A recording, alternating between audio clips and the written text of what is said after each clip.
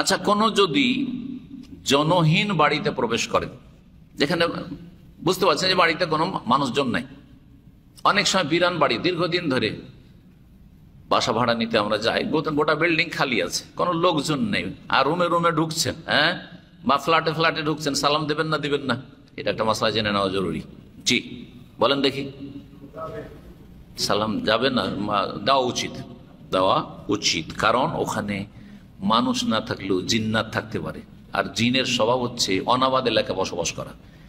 যেই বাসাতে 2-4-6 মাস কোনো মানুষ বসবাস না করবে, সেখানে জিন বসবাসের সম্ভাবনা খুব বেশি। জি, যেন বিরান জায়গাতে জিন থাকে। বন জঙ্গল কেটে ফেলে দেন, ধীরে ধীরে জিন পালিয়ে যাবে। বসবাস শুরু করে দেন, মানুষ বসবাস করলে জিন কিন্তু আমরাকে ভয় পায়, আমরা জিনকে ভয় করি, এটা হচ্ছে আমাদের রোগ। জিন খুবই ভয় পায়, এটা আসলে শরীয়তের কথা। জিন মানুষকে খুব বেশি ভয় পায়, কিন্তু এক শ্রেণীর মানুষ জিনকে ভয় করার কারণে জিনের দাপট মানুষের উপর চলে।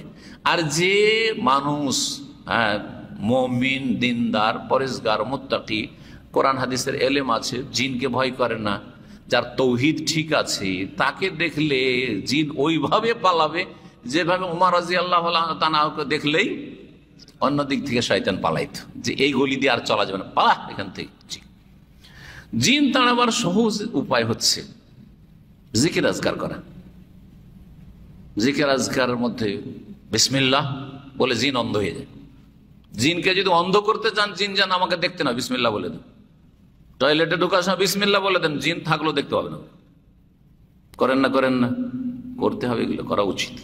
ক্ষতি করতে পারবে না, কারণ অন্ধ হয়ে গেছে, ও দেখতে পায় না তো কিছু। আল্লাহু আকবার বলেন, শুধু আজানের আল্লাহ আকবার শুনলে জিন পালা, এটা তো হাদিস শোনা আছে, এটা আসল নয়। যে কোনো সময় আপনাকে ভয় লাগছে, একা আছেন, আল্লাহু আকবার, এমন চমকে উঠবে জিন যে পালাইতে দিশা পাবে না।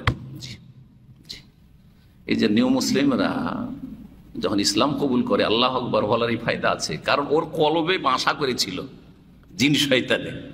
আল্লাহু আকবারের ধ্বনি শুনে জিন পালাতে দিশা পাবে না।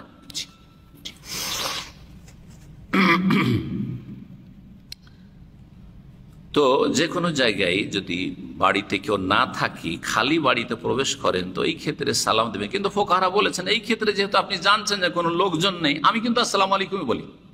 যখন তখন হোটেলে ঢুকতে হয়, আমি জানি যে হোটেলে কে থেকেছে, না দেয় কোনো কাফের থেকেছে, না কোনো বেদিন মদখোর থেকেছে, কে জানে, হ্যাঁ, কত পাপ হয়েছে এই হোটেলে রুমে, আল্লাহ ভালো জানে। সুতরাং বিসমিল্লাহ, আউযু বিকালিমাতিল্লাহি তাম্মাতি মিন শাররি মা খালাক, বিসমিল্লাহ বলার পরে আউযু বিকালিমাতিল্লাহি তাম্মাতি মিন শাররি মা খালাক, সমস্ত সৃষ্টির অনিষ্ট থেকে, জিন কেন, সমস্ত সৃষ্টির অনিষ্ট থেকে পানা চাইলাম আল্লাহর কাছে। জি, তারপরে আরামসে আছি, কোনো চিন্তা নেই। জি, আর সালাম আলাইকুম বলি, প্রথমখানে ঢুকলে কি বলি, বলা উচিত সালাম আলাইকুম। তবে ফুকাহারা বলেছেন আসসালাম, যেহেতু মানুষজন নেই, সেজন্য আসসালামু আলাইনা ওয়া আলা ইবাদিল্লাহিস সালিহিন, আমাদের ওপর সালাম হোক, মানে নিজে কি সালাম দিলেন, আর আল্লাহর নেক বান্দাদেরকে সালাম দিলেন।